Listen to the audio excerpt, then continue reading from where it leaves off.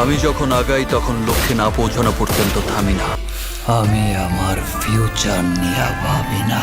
ঈদ মানেই শাকিব খানের সিনেমা, কিন্তু এবার ঈদে মুক্তি পাচ্ছে তারই দুই ছবি, অন্তরান্তা এবং বরবাদ। শাকিব ভক্তদের জন্য এটি আনন্দের খবর হলেও চলচ্চিত্র ব্যবসায়ের জন্য এটি কি সত্যিই ভালো সিদ্ধান্ত? বিশেষজ্ঞরা বলেছেন, একই নায়কের দুটি ছবি একসঙ্গে মুক্তি পেলে দর্শক বিভক্ত হবে, আর তাতে ক্ষতিগ্রস্ত হতে পারে সিনেমা হলগুলো। একটি ছবি মুক্তি পেলে এটি সাধারণত বেশি স্ক্রিন পায়, প্রচারণাও হয় জোরালোভাবে।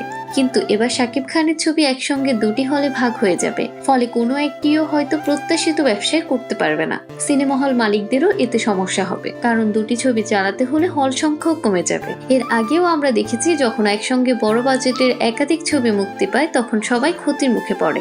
দুই ছবি একসঙ্গে ভালো ব্যবসা করতে পারবে কিনা তা নিয়ে সন্দেহ রয়েছে। অনেকেই মনে করছেন এই সিদ্ধান্ত শাকিব খানের ক্যারিয়ারের জন্য একটি ভুল হতে পারে। শাকিব খানের মতো সুপারস্টার হয়তো নিজের সিনেমার বাজার ধরে রাখতে পারবেন, কিন্তু হল মালিকদের জন্য এই অবস্থাটা সুবিধার নয়। ঈদের মতো বড় উৎসব যদি দর্শক বিভক্ত হয়ে যায়, তাহলে সেটা কি বাংলা সিনেমার জন্য ভালো হবে, নাকি শাকিব খানের এই সিদ্ধান্ত বাংলা সিনেমার ক্ষতির কারণ হবে?